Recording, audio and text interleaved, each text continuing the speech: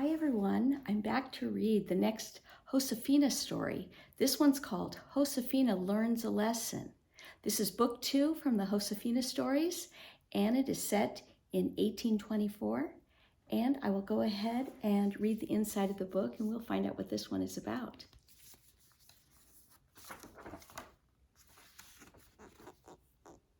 It says, when Tia Dolores returns to the Montoya's rancho, Josefina is delighted.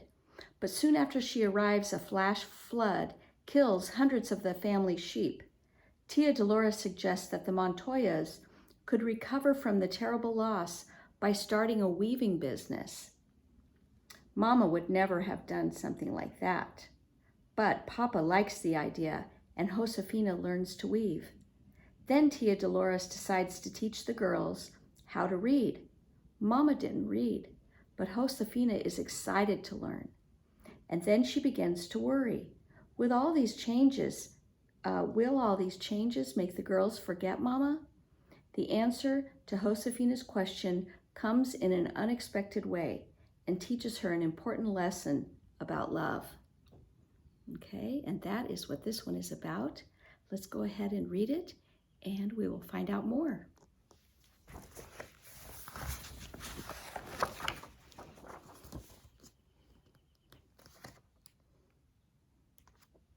And here are our characters for this book. We have Papa, Josefina's father, who guides his family and his rancho with quiet strength. Josefina, a 9-year-old girl whose heart and hopes are as big as the New Mexico sky. There's Anna, Josefina's oldest sister, who is married and has 2 little boys. There's Francisca, Josefina's 15-year-old sister, who is headstrong and impatient. Clara, Josefina's practical, sensible sister, who is 12 years old. Tia Dolores, Josefina's aunt, who has lived far away in Mexico City for 10 years. And Teresita, Tia Dolores' servant, an excellent weaver. Okay. Chapter 1 is called Light and Shadow. Maria Josefina Montoya, said Tia Dolores happily, how beautiful you look. Josefina blushed and smiled at her aunt. Gracias, she said. She smoothed the long skirt of her new dress with both hands. The cotton material felt soft and light. Josefina rose up on her toes and spun, just for the sheer pleasure of it. She was very proud of her dress, which she had just finished hemming. She had never had a dress made in this elegant new high-waisted style before. Tia Dolores had given Josefina and each of her sisters some material. Josefina's material was a pretty yellow with narrow stripes and tiny berries on it. She had never cut her material carefully the way Mama had taught her. She had cut her material carefully, the way Mama had taught her. Then, stitch by tiny stitch, she had sewn her dress together all by herself. Now, as she spun around, the hearth fire cast a pattern of light and shadow, swooping across the dress like a flock of fluttering birds. Josefina stopped spinning and sighed with peaceful contentment. It was a rainy evening in October. Josefina and her 3 sisters, Anna, Francisca, and Clara, were sewing in front of the fire in the family sala. Tia Dolores was helping them. They were all glad of the fire's warmth, as well as its cheerful brightness. A steady, heavy rain was falling outside, but inside it was cozy. The thick, whitewashed adobe walls kept out the cold and took on a rosy glow from the firelight. Tia Dolores sat next to Clara. Don't use such a long thread in your needle, she advised Clara gently. It might tangle. Josefina grinned. Remember, Clara, she said, Mama used to say, if you make your thread too long, the devil will catch you on the end of it. All the girls smiled and nodded, and Tia Dolores said, I remember your mama saying that to me when we were young girls learning to sew. Tia Dolores was smiling, but Josefina saw that her eyes were sad, and she knew that Tia Dolores was missing Mama. Tia Dolores was Mama's sister. Mama had died more than a year ago. Josefina and her sisters thought of Mama every day with longing and love. Every day the girls tried to do their chores the way Mama had taught them to.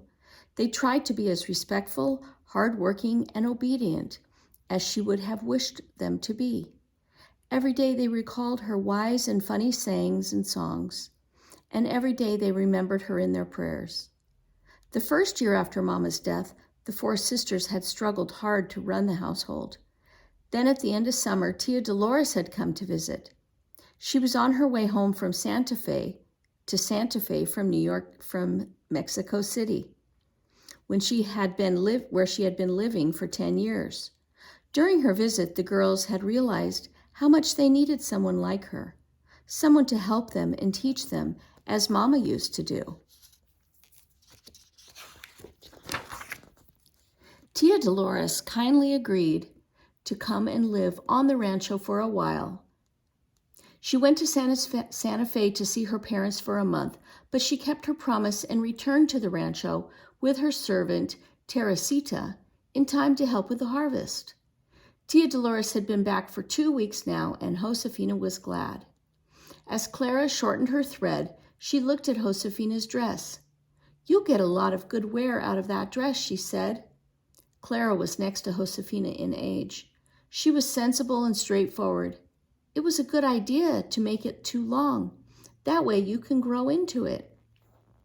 "Oh dear," said Josefina, looking at her hem. "Is my dress too long?" "Not at all. It's perfect," said Anna in her tender-hearted way. She was the oldest sister, already grown up and married. "You've done a fine job, Josefina, and you are the first one of us to finish." Anna had not even begun her dress yet. She had decided to make vests for her 2 little boys first. Francisca, the second oldest sister, sighed a huge sigh. "I'm far from finishing my dress," she said.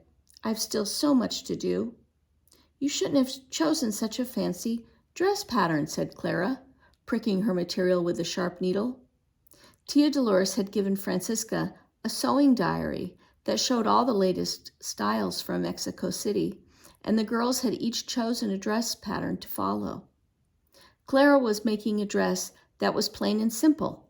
She prided herself on being practical and often felt called upon to point it out when someone else wasn't. That someone was usually Francisca. Francisca had chosen an elaborate pattern from the sewing diary. She'd begun enthusiastically. She cut out the material boldly, talking all the while about how splendid her dress would be. But the long, slow work of sewing the pieces together bored Francisca. She complained every stitch of the way. "I'll never finish my dress," she said now, "unless someone helps me with this endless stitching." She glanced sideways at Tia Dolores. Josefina saw the sideways look. She knew that Francisca wanted Tia Dolores to sew for her, but Tia Dolores kindly continued her own sewing. She said nothing, even when Francisca sighed loudly again. Josefina was not surprised.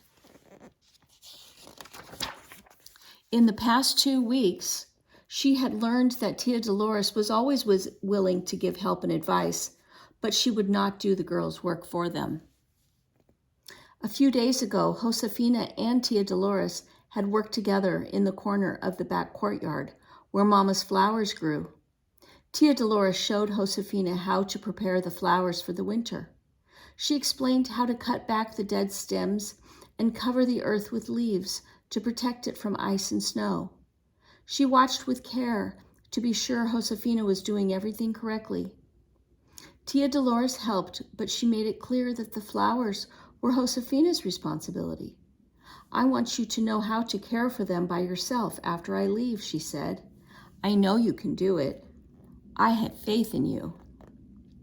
Tia Dolores worked hard teaching, and she expected the girls to work hard learning. "Our energies and abilities are gifts from God," she often said. "He means for us to put them to good use." Sometimes Josefina thought that perhaps Tia Dolores had a little too much faith in her abilities. As soon as she'd returned to the rancho, Tia Dolores had had her piano moved into the family sala. The piano had come all the way from Mexico City, and Josefina was eager to learn how to play. So Tia Dolores gave Josefina lessons. Right away, Josefina had learned that making music on the piano was much harder than it looked. But Tia Dolores was generous with her encouragement. She never gave up, no matter how Josefina fumbled at the keys. Now Francisca frowned and rustled her material. She made a great show of holding it up to the fire and squinting as she stitched. Clara glanced at the hem Francisca was sewing. "Just look at the size of your stitches," she said. "They're much too big." Francisca shrugged. "They'll hold the dress together," she said. "That's not the point," said Clara. "They look bad." "Oh, Clara," said Francisca crossly. "The stitches are on the inside. No one will see them." "Yes, they will," said Josefina, who didn't like to hear her sister squabble. "No one's dress swirls more than yours at a dance, Francisca. And no one is more admired." Josefina whirled around the room, pretending to be Francisca dancing. "See my hem stitches?" she asked. She sang a dancing song that had been one of Mama's favorites. Tia Dolores knew the song too. She went straight to the piano and began to play it. Anna and Clara sang along and clapped it in time to the music. Francisca tried not to smile, but when Josefina danced over to her, holding out both hands, Francisca happily thrust her sewing aside and sprang to her feet. Josefina and Francisca danced around the room, weaving in and out of the light of the fire. Soon Anna and Clara were dancing with each other too. Tia Dolores played away merrily. Her rebozo slipped down from her shoulders. Her dark, shiny hair had a reddish luster in the firelight. Tia Dolores was playing so loudly, and they were all singing and laughing so much that none of them heard the door open. But it must have, because the next thing Josefina knew, Papa was there, tapping his foot in time to Tia Dolores' music. He watched the girls dance until the song was over, and when they stopped, he folded his arms across his chest and pretended to scold. "Dancing instead of sewing," he said. He tried to look stern, but his eyes were full of fun. "Who started that fandango?" "I did, Papa," said Josefina, flushed and breathless. "I was celebrating. I've finished my dress." "Good," said Papa, "and a fine dress it is." "Gracias, Papa," said Josefina. She smoothed her dress with both hands. "The material comes from very far away. Tia Dolores gave it to us." "How thoughtful of her," said Papa. He turned to Tia Dolores.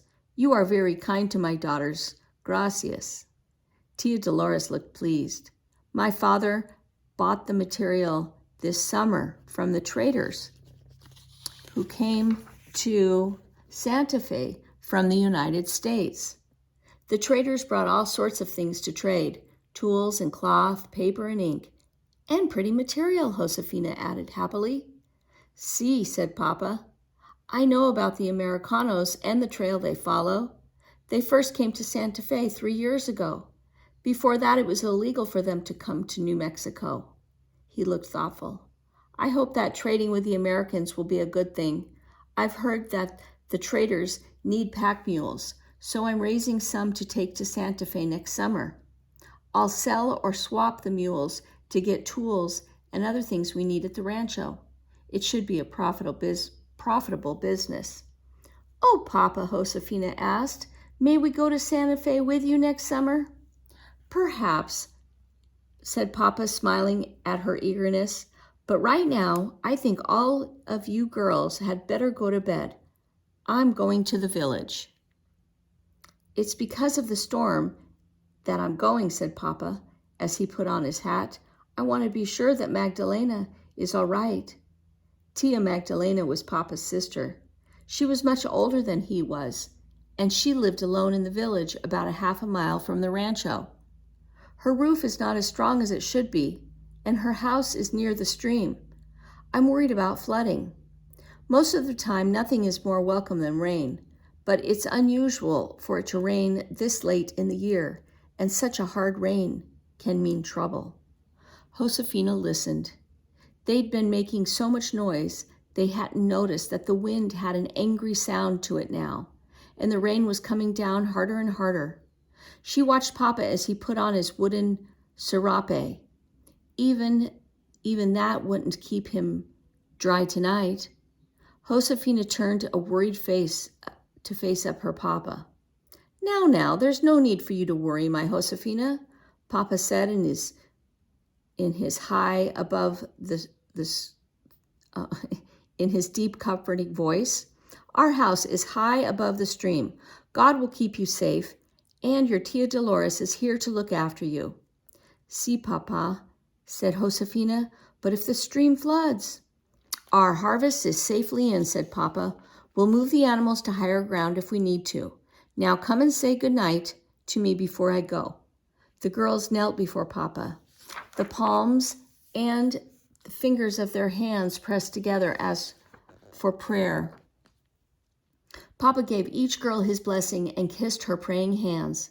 His smile was loving as he looked down on his daughters' upturned faces. Go to bed, he said. The sky will be blue tomorrow. Tia Dolores opened the door for Papa. God go with you, she said softly. Papa nodded, and then he went out onto the windy, rainy night. Papa had told Josefina not to worry, but she could not obey. The sheepskins that were her bed were warm and soft and comforting, but they could not soothe away the worry that kept her awake. She lay on her stomach with her chin in her clenched hands and listened. Moment by moment, the wind grew wilder. It shrieked and howled and hurled the rain against the roof and the walls as if they were trying to destroy the house with its anger.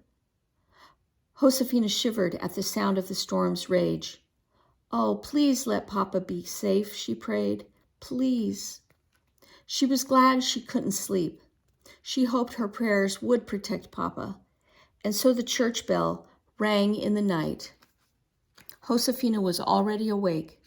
The bells, fast, clang, clang, clang, came through the storm's uneven gusts. It was faint but steady. Josefina knew the church bell was an alarm. Its clangs mean danger, danger, danger. Francisca, Clara, said Josefina urgently, wake up. She stood up and began to put on her clothes. Francisca groaned and pulled her blankets over her head, but Clara sat up straight. What's the matter? She asked Josefina. The church bell is ringing, said Josefina. Hurry, get dressed. Papa may need our help. The sisters dressed as fast as they could, and just as they were finishing, Tia Dolores came to fetch them. She was carrying a small candle. Her voice was calm and very serious. She spoke against the sounds of the storm with the same steady determination as the ringing church bell. Your Papa is still down in the village. I fear the church bell means the flooding is bad there. I've wakened all the workers in the house.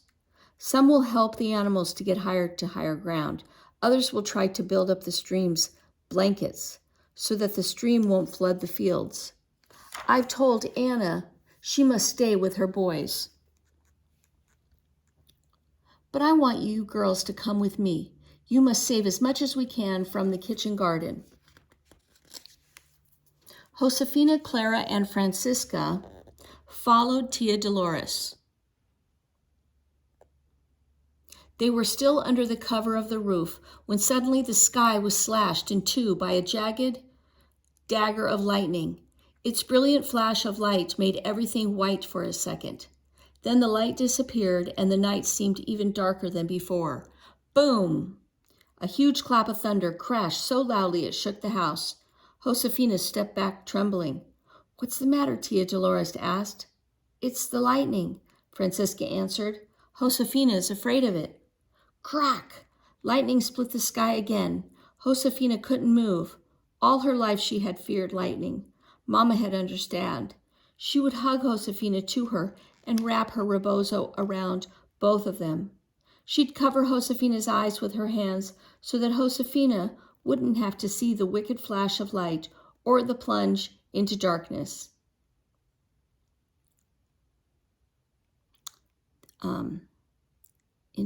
That followed. She'd hold Josefina so close that the beating of her heart almost blocked out the sound of the thunder. Mama, thought Josefina now, bracing herself for another flash, help me. Just then, Josefina felt Tia Dolores put a strong arm around her shoulders. Tia Dolores's little candle sputtered wildly in the wind, but it didn't go out, and by its feeble light, Josefina saw Tia Dolores's gentle face. Come with me, Josefina, she said. Josefina took a shaky breath. She leaned close to Tia Dolores.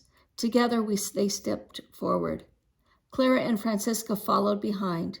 The rain put the little candle out, but Tia Dolores' step was sure, even in the darkness.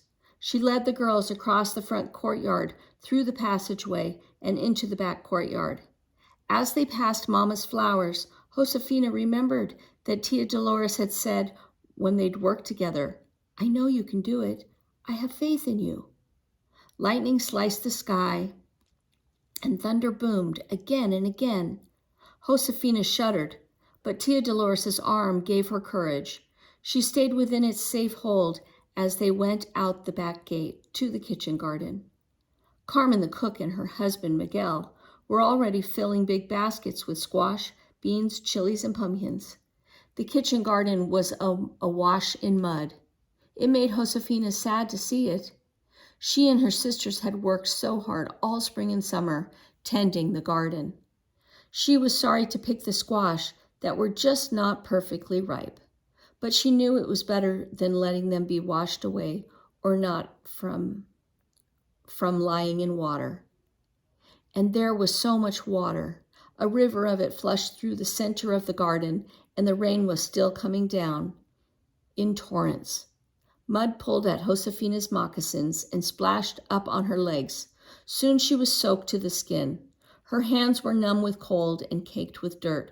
Her arms were tired from lifting mud-streaked pumpkins, and her back hurt from carrying her heavy basket.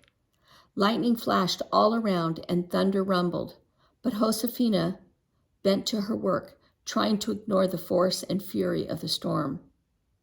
Tia Dolores has faith in me, Josefina said to herself. I can't let her down. And that is the end of chapter 1 of our book 2, Josefina Learns a Lesson. And next time we will read chapter 2.